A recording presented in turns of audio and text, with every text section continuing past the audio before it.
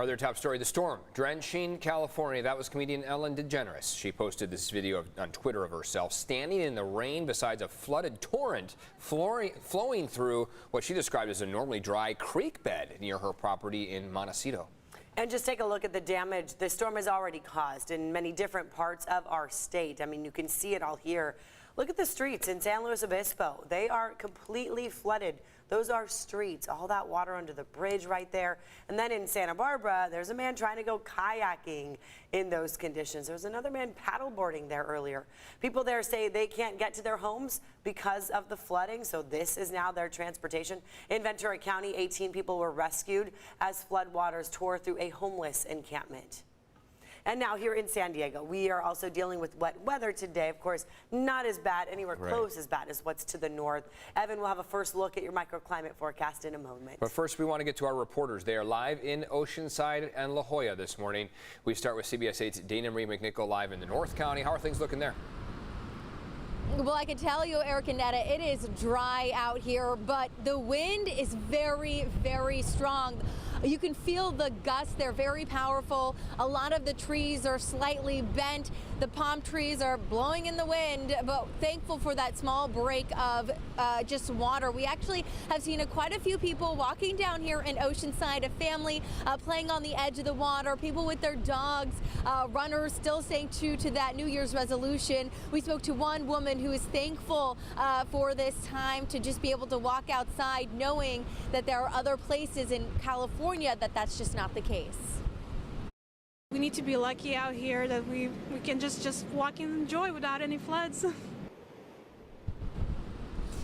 Now, of course, here in Oceanside, we've seen rain overnight into the morning. Though roads are wet, there is a lot of puddles, pooling water. So please, if you're on the roads or planning on heading out, be careful. Now, of course, it's not just our coastal areas that will be affected.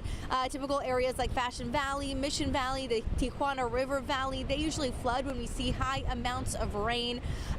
This could lead to trapped vehicles and water rescues. That's why drivers and swimmers should take caution just by staying away from that moving water, because you just don't know how fast it is. Now, he actually did speak to a fire chief.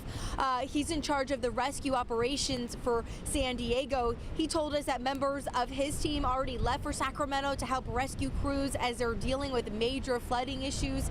Despite that, he does say teams here are stationed and ready to go where needed. But again, back here in Oceanside, the rain has subsided for now. It is extremely windy. You'd probably feel it on the roads in your car if you're traveling out there. So we're going to head over to La Jolla, where Kelly Hestedal is there live to give us good conditions a little south of us on the coast. Hi, Kelly.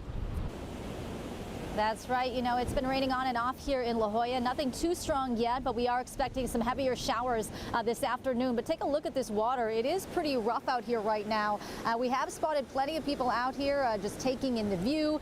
We also spotted a group swimming today, and we were able to talk to one of the gentlemen as he was coming in. Here's what he told me. What was it like out there? Pretty wild. I go in this cave. It's called Emerald Cave. A lot of water, waves breaking inside. Pretty exciting. Saw God for a few minutes there, maybe. And that was Steve Petrowski. He's been swimming out here at La Jolla Cove regularly for 30 years. Now, he suffered a pretty nasty gash on his arm from being tossed around in Emerald Cave. But as you heard him say, he loves it. He told me he's addicted to cold water. He speculates the temperature of it today is right around 58 degrees.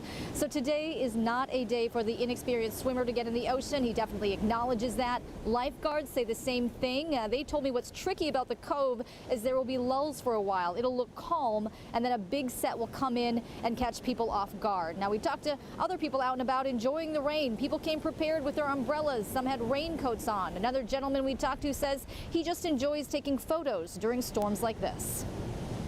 Winter storms come down here over the years, and we've had waves come in here, have crested and gone over onto the road right there. So those are the nice ones to take pictures of.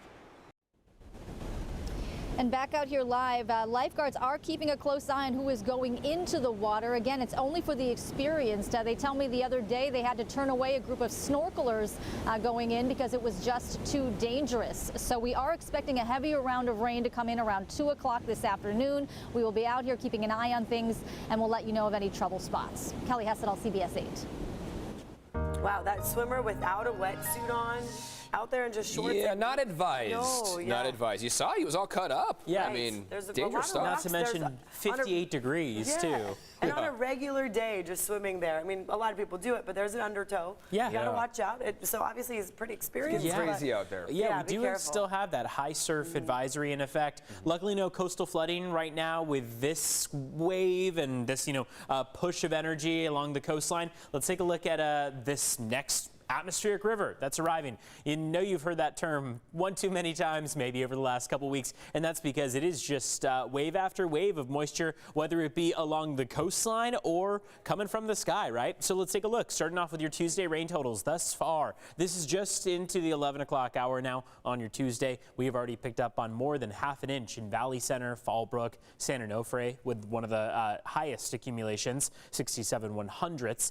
Carlsbad is coming in with over a quarter of an inch along with Julian, and totals are just continuing to climb from there. So take a look. This is satellite radar imagery, and this gives you a good idea of what's to come. We've seen over the last couple hours mainly scattered showers, but take a look at that band that's traveling just south of the LA area. In fact, I'll give you a little bit of a closer look where you see that yellow and orange. That's where we see the best probability of strong showers and maybe even some thunderstorms arriving in our county. That's going to be just around the noon hour into 4 p.m., that 4-hour stretch where thunderstorms are possible, heavy rain is possible, and we're going to be watching for that chance over the next couple hours. So that means temperatures are going to stay pretty stagnant, upper 50s, low 60s.